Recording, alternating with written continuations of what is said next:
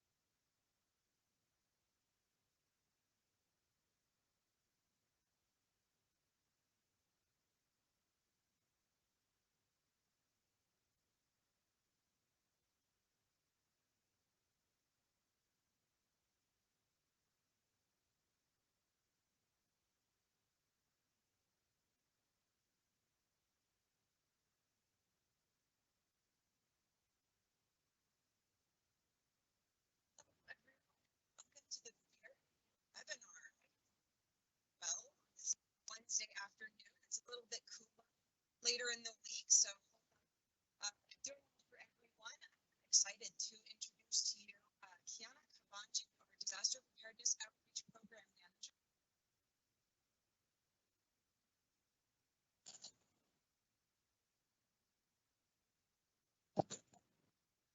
Everyone, thank you so much for attending. I hope that you are all doing well on this Wednesday afternoon. It's a little cooler today, so we're getting a little bit of a break from that heat wave.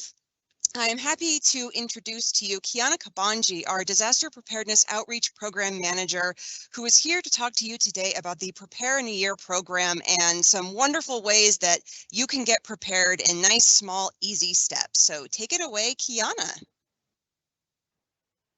Thank you so much, Alyssa, for that. I am so excited to be with everyone here today.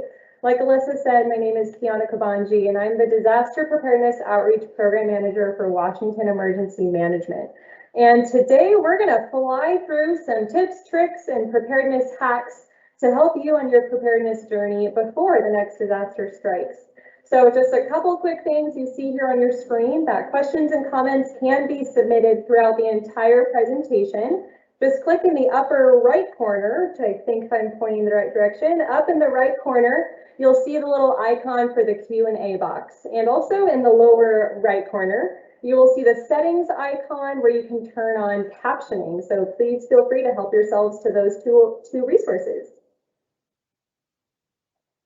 So this is an interactive webinar because I really don't need to hear myself talk. So I'd love to engage with you during this webinar. So if you can join me on VBox, that's an interactive polling tool that we'll be using today. It's very simple, there's no download required. Simply grab a phone, tablet, or just open another internet browser on your computer and go to this website you see on your screen, vbox.app. You don't need to type www or anything else, simply vbox.app and hit enter. And your screen will look like this, the picture you see on the left. It'll prompt you for a meeting ID number, and that number is right in the center of your screen. It starts with 121. So enter that entire number sequence and then click join. And then the next thing you'll see is this last picture on the right. Once you see that screen, you are good to go. You're right where you need to be. And if you don't want to use VBox, don't worry. You are in the right spot to watch this webinar. This will just be an additional feature we'll be using so that I can engage with you and hear your thoughts and your feedback throughout this presentation. So if you miss this number, don't worry. It'll appear later throughout the presentation, so you can grab it then. And throughout the presentation, I'll have polling questions that will appear on your screen and also on your device where you have logged into VBox. When that question pops up, you just choose whichever answer you want and submit it, and it's entirely anonymous. There's no way for me to know who is submitting an answer, so please be honest, but have fun with it too. There's no right or wrong answer. This is just a way for me to engage with you as the audience, so I'm not just blabbing to myself. So with that, we're going to do a practice question. This practice question is just so you can get the look and feel of how this VBox tool works.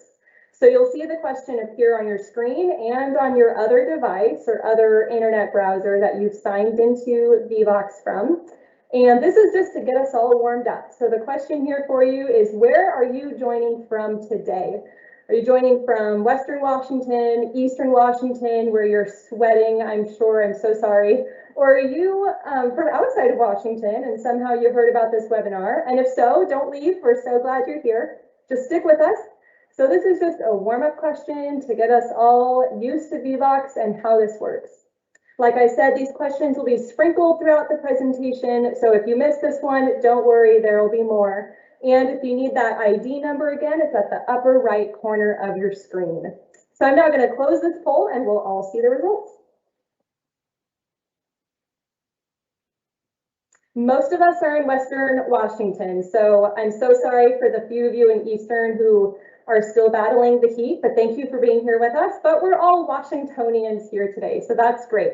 The information that I'm talking about today is relevant for everyone, not just us here in Washington, but there are a few resources that are specific to our area.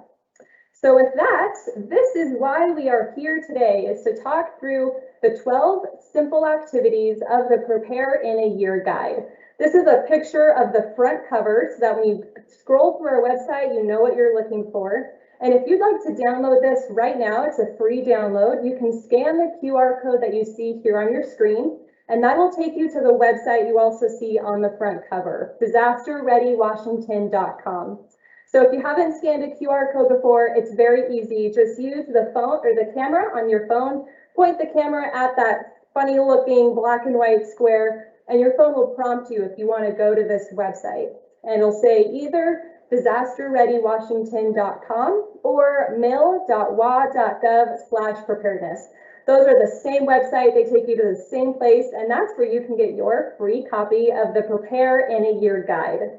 So this is what we're talking through today. If you have not started anything to do with preparedness, you're in the right place.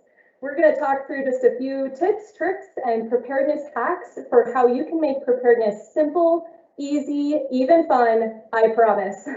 Preparedness does not need to be a daunting, overwhelming, awful item on your to-do list. It can be manageable and fun. So we're going to simply walk through these 12 activities. I'm warning you, it's going to be a flyby. I'm not going into detail on any of the activities because you have the guide and you can read all about it there. So we're just going to do a quick flyby, hit on the 12 activities, and give you some starting points that you can use today. You can use tonight to take the next step in your preparedness journey. So first, we have to define what is preparedness. And it's simply anything that you do to be prepared for disasters that will lessen the impact a disaster could have on you. So anything you do, simple or grand, will reduce the impact disasters have. We can't avoid disasters, they happen, but we can be prepared for them to lessen that impact they can have on us and our families.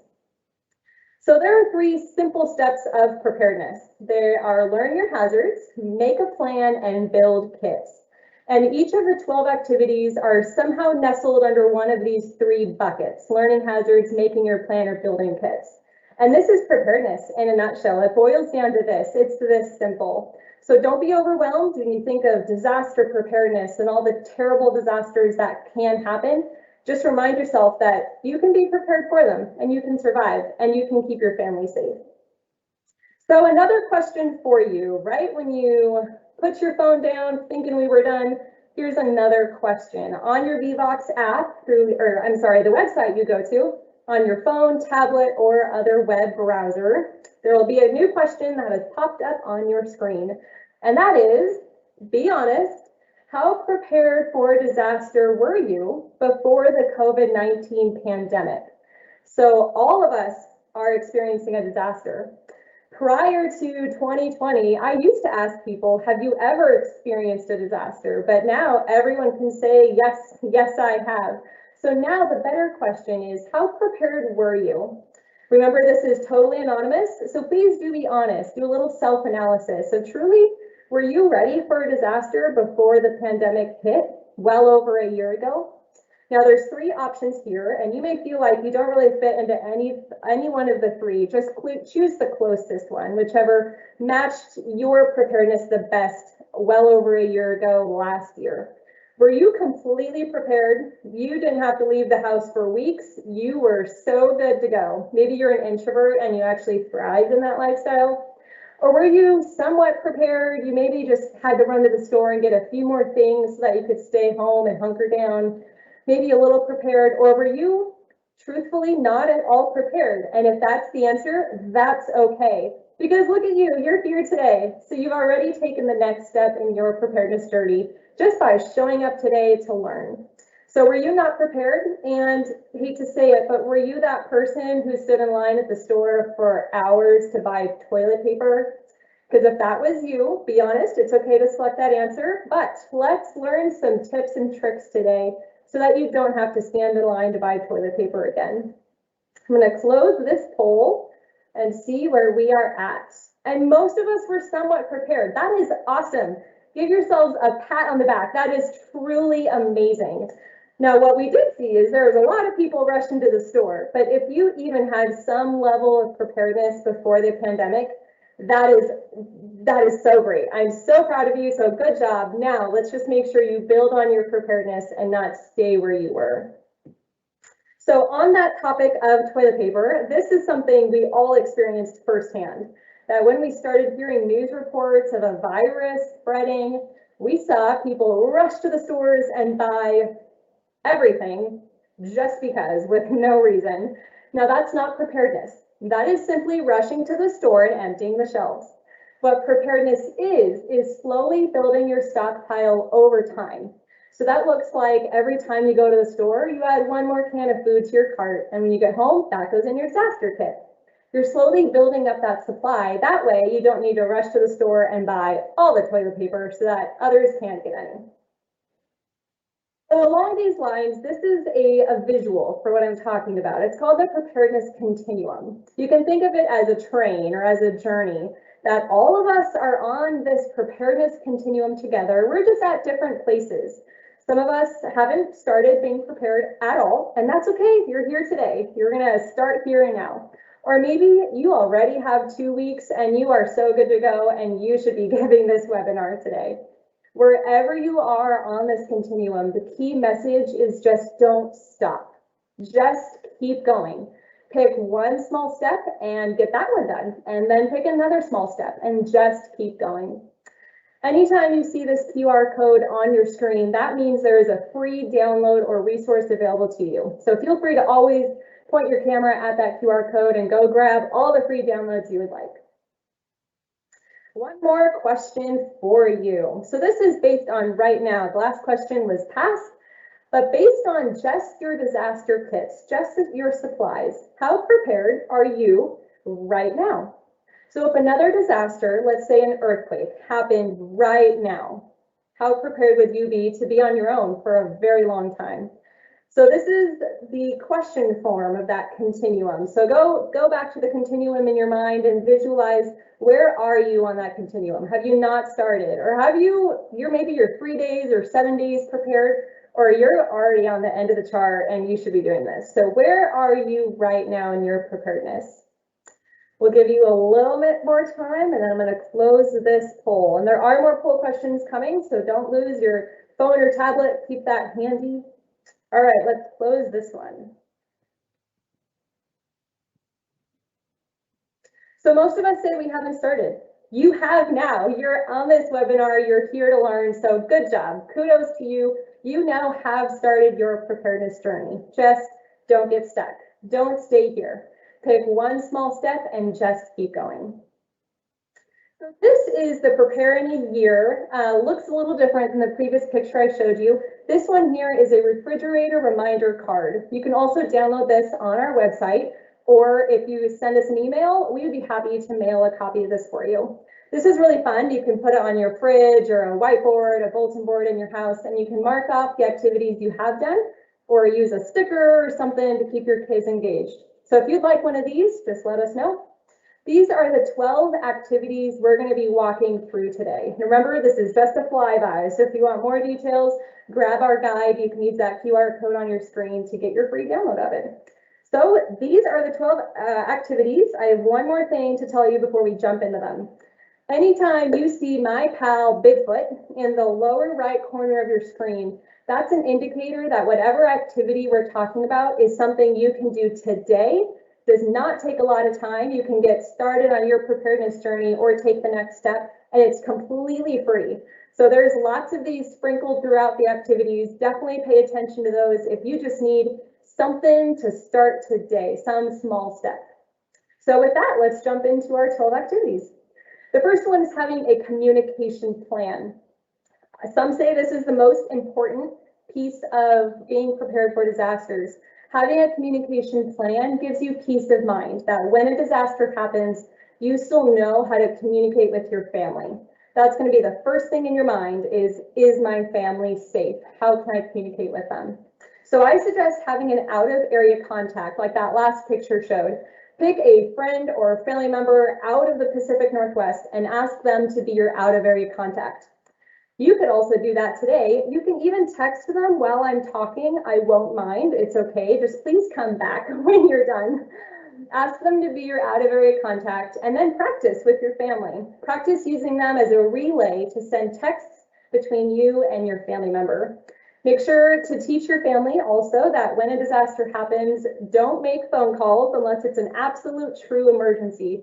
The phone lines will likely be completely bogged down and phone calls won't be able to go through well. So instead, text. Text your out-of-area contact and they can be a relay. Question for you again, this one's a little different. This is a type in response. So the question is, where does your out-of-area contact live?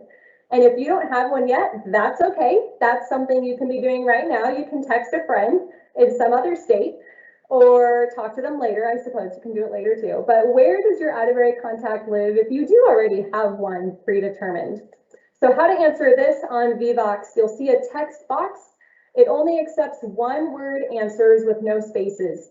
So if your out-of-area contact lives in New Jersey, just shove the 2 words together and don't have a space in the middle and then click submit. After that, we'll see everyone's responses here on the screen for where out-of-area contacts live.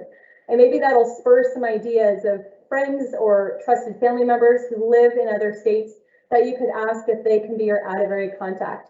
And a bonus, when you ask them, you can also teach them about the concept of having an out-of-area contact, and you can be theirs to help them take the next step on their preparedness journey as well.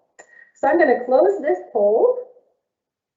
Personally, my out-of-area contact lives in California, and I wouldn't be surprised if we see a lot of Californians on this screen too. There we are, a lot of California out-of-area contacts, some in Georgia, and just about not every state, but quite a few other states. Philippines, that's fascinating. Awesome, so for those of you who do have an out-of-area contact, great job. Every once in a while, make sure you check back in with them and remind them that they are your out-of-area contact. That way they're not surprised when an earthquake happens, that they already know what to do. The next activity is to create an action plan. This goes right along side by side with your communication plan. This is, as a family, knowing what you're going to do and where you're going to go right after disaster. Some things you'll want to think about are, disaster plans for wherever else you spend time.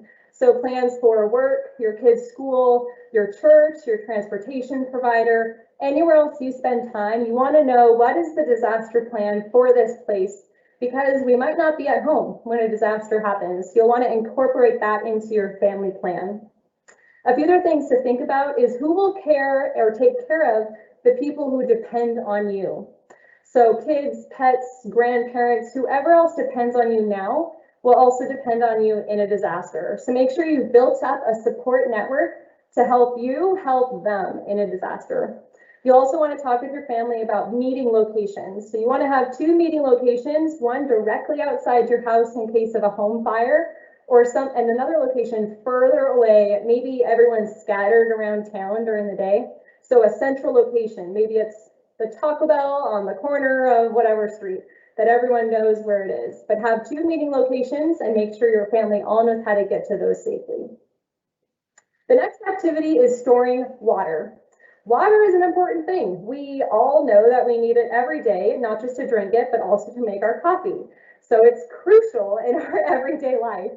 Now, in a disaster, you're going to need water too, but it might be a little harder to get. So make sure you provide yourself with options for having clean, safe water in a disaster. That could be gallons of water that you've stored somewhere in your house, or knowing how to purify or filter it, or add purification tablets, or finding hidden water sources like hot water tanks or toilet tanks, or maybe a creek behind your house. There is water, just make sure you know how to find it and use it safely. So here's some math for you. Math is my least favorite subject, so I thought I'd give the question to you so you can do the math today.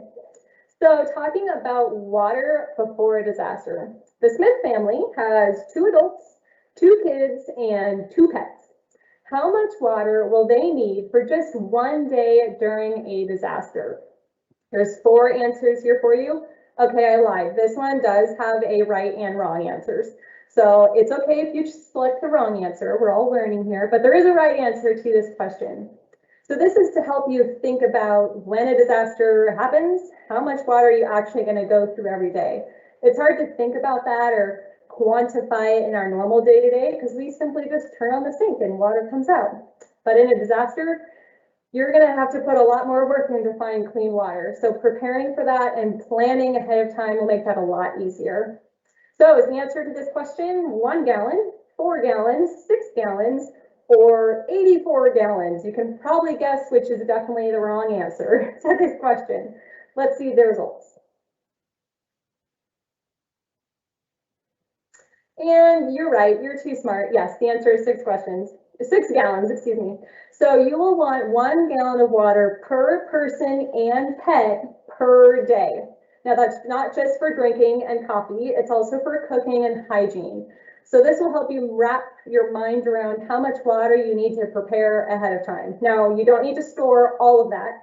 I don't even have enough space to store all that water in my house, but do know where you can find water and make it safe and clean to drink.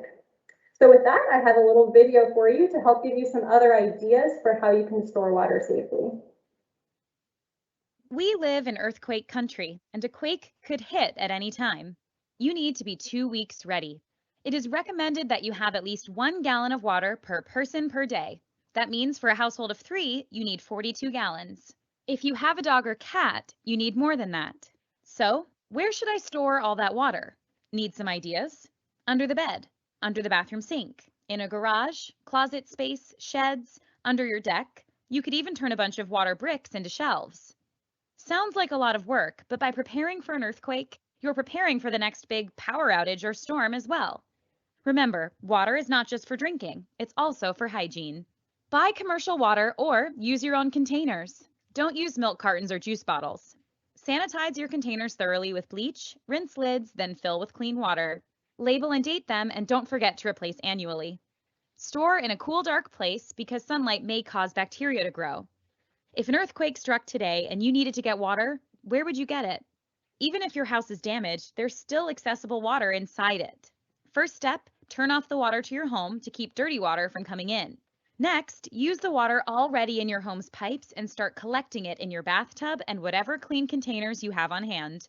You can even melt the ice from your freezer for clean water. Use your water heater's tank, but make sure to strap your water heater to the wall now so it doesn't fall over during an earthquake.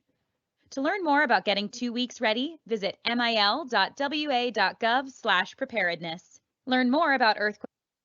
Okay, so water is a big deal, but don't let that be your hang up to being prepared.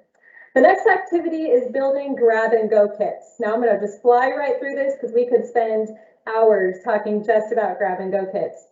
The concept of a grab-and-go kit is something small and portable that has just enough supplies in it to keep you safe and secure until you can get back to your 2 weeks ready or your larger disaster supply kit. So you're not trying to put everything in this. This is a small backpack or an old gym bag, a duffel bag, something that you can grab and go quickly. Make sure you build small grab-and-go kits for every part of your family. So pets need kits, kids need kits, and if you have vehicles, make sure to add a small kit in there as well, because if you're like most of us, we spend a lot of time commuting. So make sure you have a few supplies in your car to help keep you safe until you can get back home or you have more supplies. So in a disaster, you might need to leave very quickly. You might only have a few minutes to grab the absolute essentials and get your family out safely. So this is why you want to have this grab-and-go kit. Have just a few supplies to keep you safe just long enough until you can get somewhere else where there are more supplies. And then keep these bags or containers somewhere accessible so you're not digging through your storage to try to find them in a disaster. You know, right where they are, everyone grabs their own kit and you're on your way to safety. Next activity is to secure important documents. So let's say there's a home fire in your house, which I hope there never is. You'll be so focused on getting your family out of the house safely that the last thing on your mind is remembering to grab a copy of your house. Please excuse my dog's bark. So securing important documents.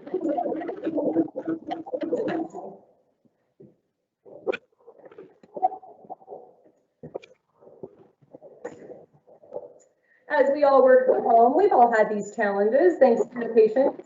So securing important documents looks like having extra copies of anything important you would need to help file insurance claims or prove identity in a disaster. So you can save important documents on a USB flash drive. You can have digital copies. You could have print copies that you store somewhere else. One of the is stored on the flash drive. My dog is barking. And then you can give that to your out-of-area contact, a trusted friend or relative, and then have that information so you can lose all your originals or all the copies you have at home. Have an extra set there. Personally, that's what I've done. I have copies of all of my family's important documents on that flash drive, and it's with our out-of-area contact in California. The next activity, I hinted at this earlier, is to be 2 weeks ready. Now, this is not a one-time, do it once in one weekend and you're done. This is your goal. Think of this activity as your goal that you're working towards, and all the other activities build up and lead to this goal. Being 2 weeks ready, it's your goal, but don't stop there and don't stop before you're there. Just keep going. Now, this is the supply or the stockpile that you're going to have ideally at home, where we spend the most time, especially these days. Your grab and go kits have just enough supplies to help get you back to this stockpile. Now, in Washington, we have a lot of hazards that could leave us on our own for 2 weeks and even longer in some cases. So think about what you would need entirely on your own without any dependence on utilities or other services to keep you and your family safe for up to 2 weeks or longer. Now, I mentioned the two different types of kits. So here's a visual to help us talk about the two separate kits. You want to have a small mobile grab and go kit for every member of your family. And then you want one big 2 weeks ready kit that has everything in it. Food, water, clothing, mobility devices, pet supplies, whatever you use on a day-to-day basis, but for 2 weeks you'll want to have there. So one idea of how to store your 2 weeks ready kit is your garage or other storage space. And as you see, it does not need to be fancy. It can be any storage tubs or stuff sacks or free plastic buckets that the bakery down the street gives out. You should try that. That's an awesome hack that I learned from someone. I went to the bakery down the street, and sure enough, they have so many of these empty 5-gallon plastic buckets that they just need to get rid of, so they give them out for free. So if you're looking for buckets, that's a great way to find some. But your 2 weeks ready kit does not need to be fancy. It can be whatever works for you and your family. And then don't overwhelm yourself. Don't try to do it all at once. Just slowly build up to that goal of being 2 weeks ready. The next activity is learning fire safety. And sadly, home fires happen every single day. And as we all have seen in the last year, wildfires are becoming more common in Washington. So make sure you know fire safety both for indoors and outdoors. This means knowing where your fire extinguishers are and how to use them. And my pal Riker wants to show you how to use a fire extinguisher, because since his parents taught him how, he was able to save what could have been a disaster from happening. So here's my pal Riker. Hi guys, my name is Riker and I enjoy helping in the office shredding. One day I was shredding paper in the office and it blew up on me. Thank goodness we had a fire extinguisher. My dad put out the fire and it just left a small mark on the ground. And that's all. So I hope you enjoy watching the video, and that's how you use a fire extinguisher. Just pull that pin and aim it at the fire. So just like Riker, anyone, even kids, can learn how to use a fire extinguisher. So please do learn before a disaster happens. If you want something fun to do with your kids this summer while they're out of school, if you visit your local fire department and ask them, they'll usually give you a little showcase or demo on how to use a fire extinguisher, and maybe even let you do it yourself. So that's a fun summer activity to use. So if you can pull out your phone, tablet, or your web browser again, we have another VBOX question for you that you likely know the answer to, but just in case, it's a little trivia for today. So in a home fire, you may only have how many minutes to escape your entire family safely out of your house? There are 3 options here, and you're right, this is a wrong or right question. Although you're not faulted if you don't know the right answer, that's okay. So is the answer you have 2 minutes, 3 minutes, or 4 minutes? How long do you potentially have to get everyone out of the house safely? And this is exactly why securing important documents is important now, because you do not have a long time to get your family out safely, not just in a home fire, but it could also be for a tsunami alert. If you live on the coast or you're visiting the coast, if there's a tsunami alert, you do not have time to gather everything that you want to take with you. You have just enough time. Please and head out safely. So let's see what the answers are to this question. 2 minutes, 3 minutes, or 4 minutes? How long do you have? And you're all correct. The answer is yes, 2 minutes. If you have a really fun thing to do is practice with them. You can set a timer or use your Amazon Alexa or whatever other smart device you have and have it set a timer and then practice. You can have people spread throughout the house in different rooms, and you can practice using different exits like doors or windows or other ways to get out, and then practice meeting at your meeting spot outside your house and see if you can do it in under 2 minutes. Our next activity is to learn utility safety. Now, this does not sound fun and exciting, but I promise you will be so happy to have done this now compared to doing it after the earthquake has hit and everything is damaged and it's crazy. So just take a few minutes. You see my friend Bigfoot, you can do this today. And personally, I just moved a couple days ago, so I'm in a new house. And so I took this upon myself, and just this morning, I took the dog that's barking on a little scavenger hunt around the house to actually find where my utility shut-off valves were. And here's what I found. The dog you're barking is Captain. If you have not met Captain yet, you will just in a few minutes. We have something fun to show you. So these are the valves that I found at my house. So the two main valves you want to know how and where to shut them off are your gas and oil. Now, gas. Let's turn it off just for fun in an earthquake, because once it's turned off, only a professional can turn it on. So there's only 3 reasons why you ever want to turn your gas off. And those are if you hear a hissing sound, if you smell it and you'll know it smells like rotten eggs, or if you see the dials moving really rapidly on the meter. Those are the only 3 reasons you want to turn it off. So make sure you know that and you teach your family, and then it's really easy to turn off. You just turn it away from the direction of the pipe. But these annoying things are things you want to learn now before a disaster strikes. Now, a super easy activity that I actually have some show and tell for are my dirty, yucky, old running shoes that I don't really want that close to my face anymore. Under the bed supplies is an activity you can all do tonight with your families. Instead of throwing away your old shoes when they get a little hole in them, put them under your bed. You don't have to keep using them, but in an earthquake at night, when there's broken glass on the ground, you will be so glad to have a sturdy pair of shoes to protect your feet.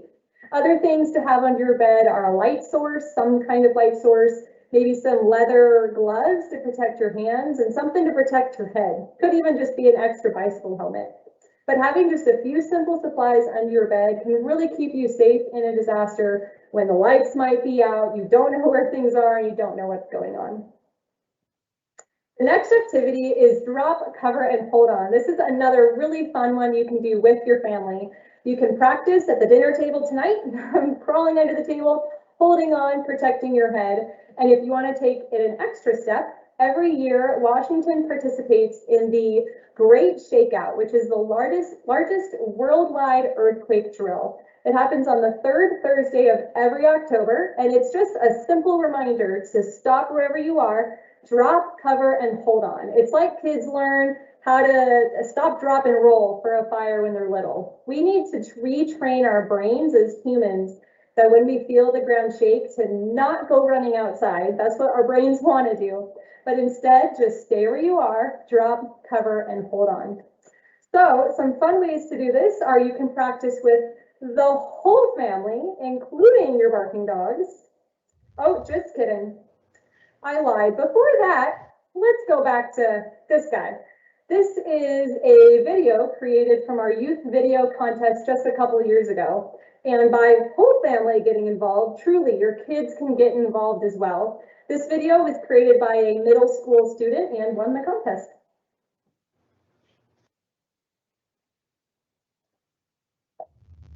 Oh no! There is an earthquake afoot. All I have is this newspaper. Surely it will protect me. This is Billy. He has no knowledge whatsoever on how to act during an earthquake. In this video, let's take a look at the best safety choices you can make during an actual earthquake. In preparation of an earthquake, prepare an emergency kit filled to the brim with the items and rations of most basic needs.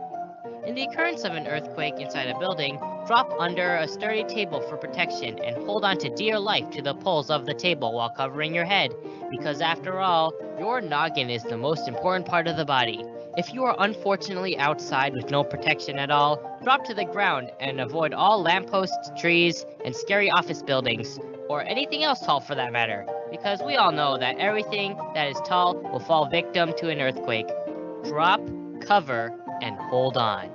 For more information, go to www.shakeout.org/Washington. Be prepared and be safe. So kids can get involved in learning how to drop, cover, and hold on. And now you've already met Captain, you get to meet him again. I did teach my dog how to drop, cover, and hold on, and so I hope you enjoy Captain's demonstration.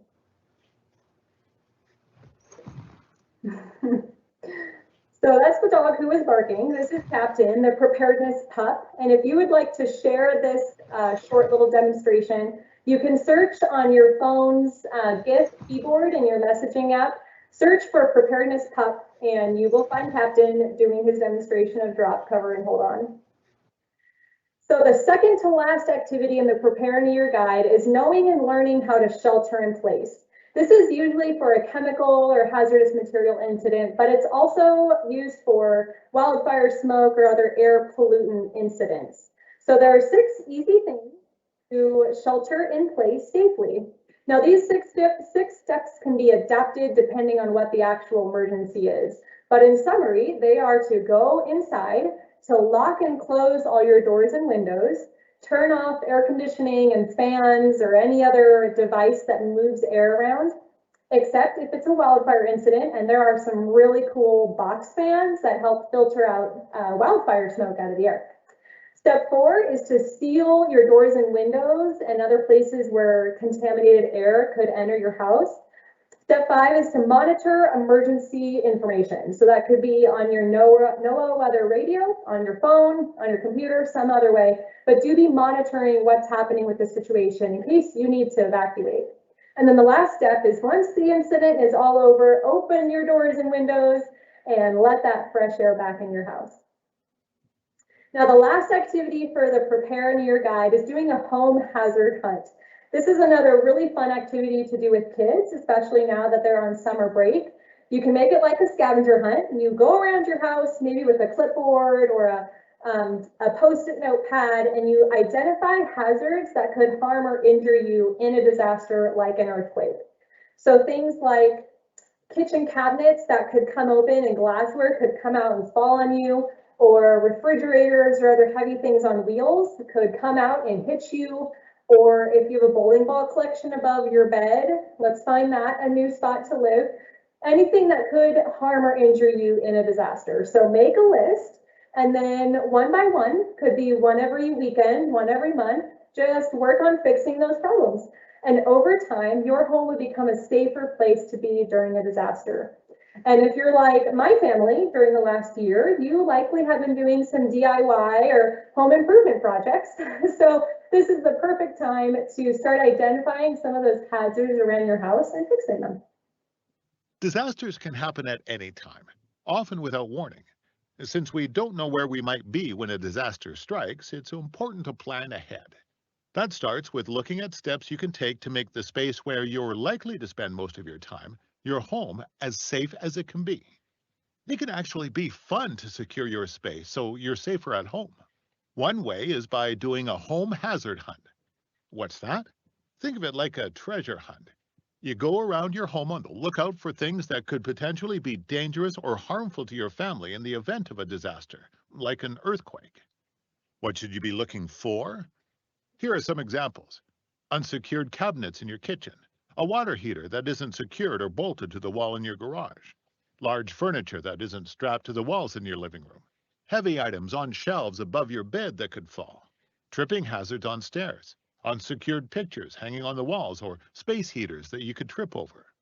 Some of those hazards are easy to fix with latches or straps to make them more secure, or by moving some objects to a safer location.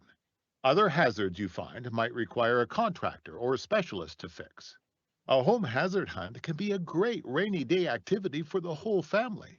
You can make a list of all the hazards you find and then cross them off the list one by one as you fix and solve the issues. Then celebrate your safer space together. For more tips on what you can do to be safer at home, visit mil.wa.gov/earthquake. So just like that video said, doing a home hazard hunt is a great activity when it's raining outside or when it's too hot to go outside, because apparently we have hot weather in Washington now. So a home hazard hunt is a really fun activity to do with your whole family. So I know it's been a little bit, but here is our next and last VBOX question for you. So the question is, what is your next preparedness step?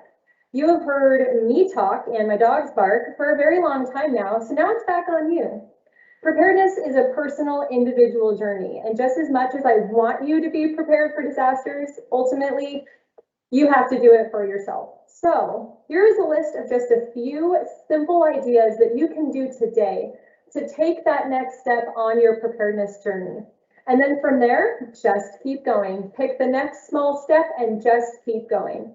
Preparedness does not need to be overwhelming and daunting, like I said at the beginning of this webinar. It can be simple, it can be bite-sized. You just have to keep going.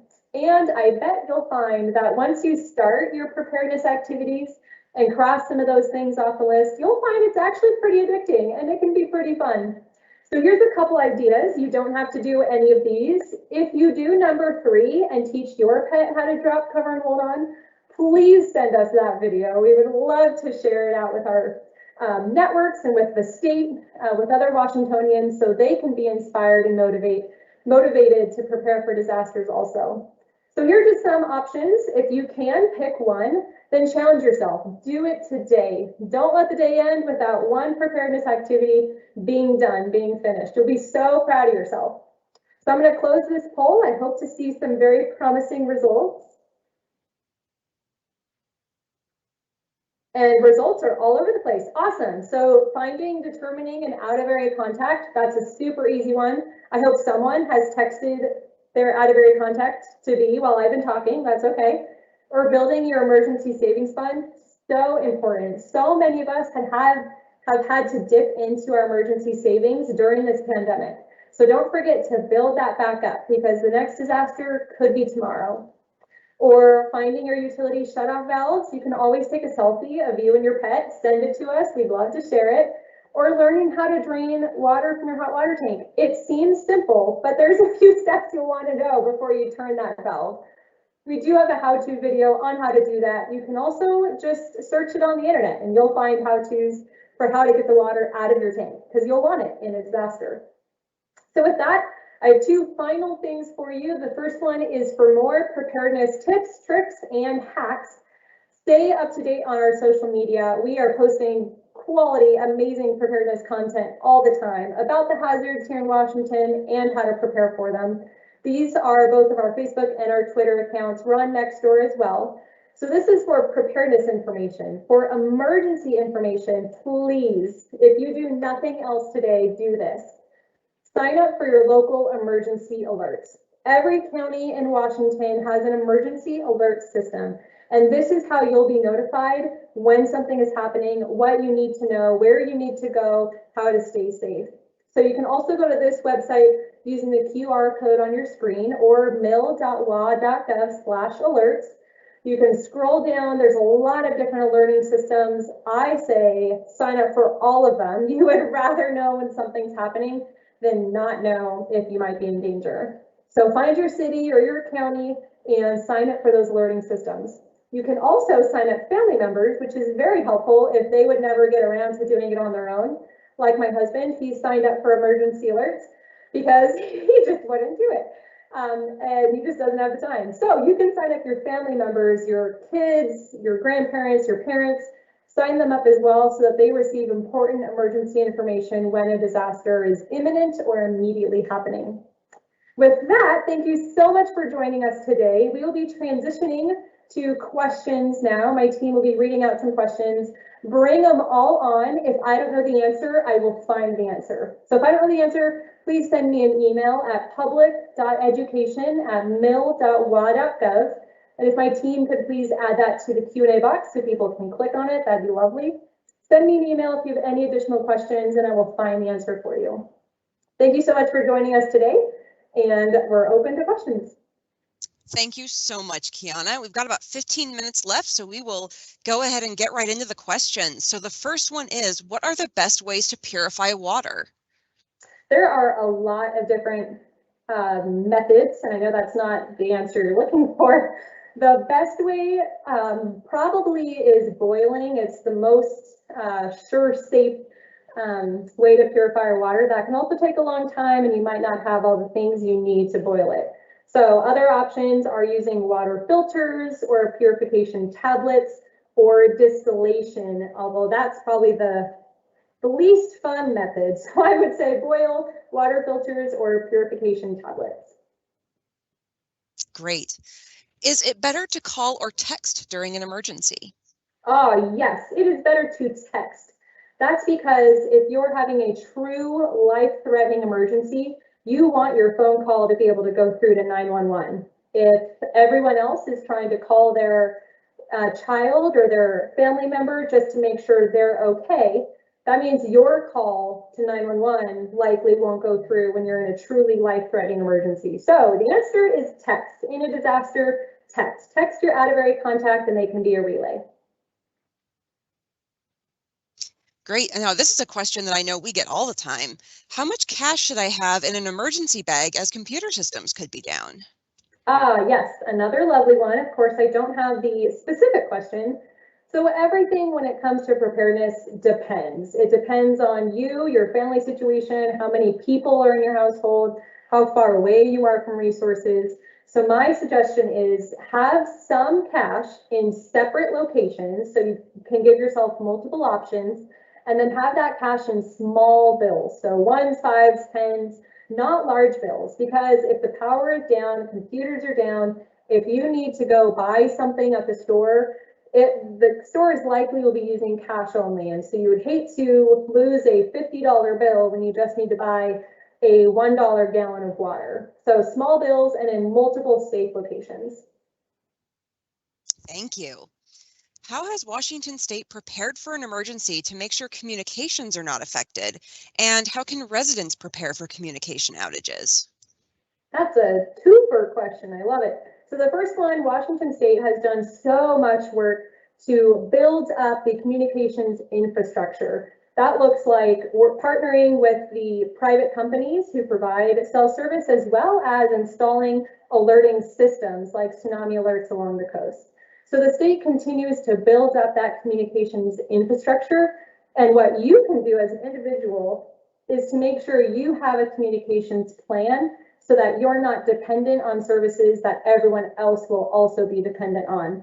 Having that out-of-area contact, knowing who to text, how to text, teaching your family how to text, that'll give you that peace of mind, knowing you can communicate without being reliant or dependent on systems that could be down. Awesome. The next question. I cross bridges multiple times, sometimes into Oregon. What do I need in my car kit? You definitely need some supplies, absolutely. So bridges could be down in a large earthquake or other disaster, but most likely an earthquake. Bridges could be down. So you'll want to think through, if you're stuck on the other side of a river or whatever you're crossing, what supplies would you need to last a few days until you could potentially get to the side you want to be on? So maybe your vehicle kit needs to be a little bulkier, a little heftier, and have more supplies. Another option is if you have a family member or a friend on the wrong side of the river that you want to be on, work with them to develop a plan that if you're stuck and you can't get to where you want to be, could you help them out? Could you help it up their disaster stockpile and potentially stay with them until you can get to where you want to be? So speaking of emergency kits, should businesses, small or large, have employees have kits at their desks? Absolutely. And I have heard of all kinds of businesses and companies doing this differently. Some organizations have a small kit at every employee's desk. Other schools, actually, schools and large businesses have large containers, like shipping containers, somewhere on the property where they have lots of supplies there. So depends on your business, your organization, but the answer is yes, definitely have something. I can say personally at our state agency, Washington Emergency Management, we have small kits underneath every workstation in the building. That way, wherever people are, there are supplies available, in addition to larger bins that we have at the emergency exits of the building. So we could grab that and take it with us if we needed to evacuate. Thank you. Speaking of car kits specifically, should I keep my gas tank filled at all times if possible? I live in a rural area. Being in a rural area, that's a really good consideration. My suggestion is always have at least half tank, because that can at least get you somewhere. Being rural, you might want to keep it higher, but definitely for everyone, my suggestion is at least half tank. That's good to know. I know I definitely let my tank get way too low. The next question, I signed up for the testing for the earthquake alert. Does that mean that I am automatically signed up for alerts now that the system has been set up? Oh, such a good question, and kudos for you for signing up for the earthquake alerts. Give yourself a pat on the back. I am so proud. But no, that means you are not automatically opted in to receive other alerts. So I think the other alerts you're talking about are the local emergency alerts, and those are a separate system. So earthquake alerts, if you've checked your phone to make sure you receive them, you will get them. The local emergency alerts you do have to sign up for, and I promise you will not receive any spam. You won't receive anything until a true emergency is happening in your area, and it's by the alerts are sent out by your local Office of Emergency Management, so you're not receiving alerts for some other state or area. You're receiving emergency information right where you live, work, and play. Awesome. When is the next Great Washington Shakeout? It is the third Thursday of October, which is the 21st this year. And the time of the shakeout corresponds with the date. So the date is 10/21, and the shakeout is at 10/21 in the morning, wherever you spend time. But if you're busy during that time, if you're at the dentist, that's not an excuse to not practice how to drop, cover, and hold on. Just do it some other time. So the most important thing is that you and your family practice and make it muscle memory to drop, cover, and hold on. So do it whenever is convenient for you. How do I know if my county has an emergency plan? Oh, I can guarantee you, your county has an emergency plan. Every county in Washington has an emergency management office, and their responsibility is to create plans, to test them, to exercise them, and to communicate with their jurisdiction about hazards and preparedness in their area. So if you want to learn more about your local county's plan, you can also visit our website, mail.wa.gov/plan, singular, PLAN. And that website will lead you to all the plans statewide in Washington. And if I'm wrong on that website, I apologize. It's either plan singular or plan with an S, plural. So try one. If you see fun pictures of my dog, it's the wrong one. You're looking for the other one. Well, either way, it sounds like they'll get to a good website. What are your thoughts about two-way radios or ham radios? Absolutely crucial. Our radio operators throughout the state will likely be the form of communication in a catastrophic event like a massive earthquake and potentially tsunami. So if you are a ham radio operator, thank you so much. And if you are interested, please do connect with your local Office of Emergency Management and find out how you can join their radio team. It's an absolutely essential form of communication, especially during a disaster.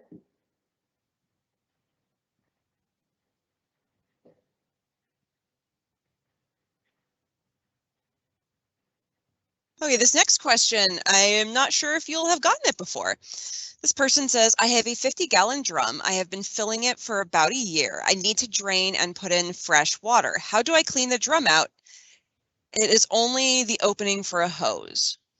Yes, so I think I know exactly the drums you're talking about. And those are great to use for water storage if you have the space for it.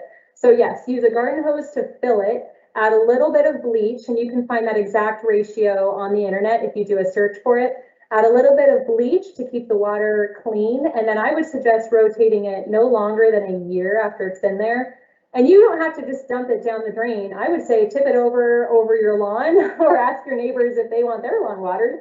Tip it over their lawn and let it water the yard so that it doesn't go to waste.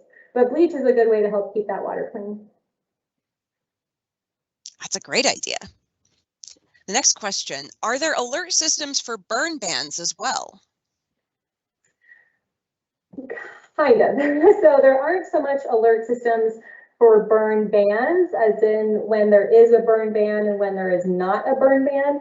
There is not that kind of alerting system. That you'll just need to stay up to date with your local fire department, emergency management office, or sheriff's office. But there is alert systems for when there is an active wildfire, and that would be signing up for your local emergency alert system.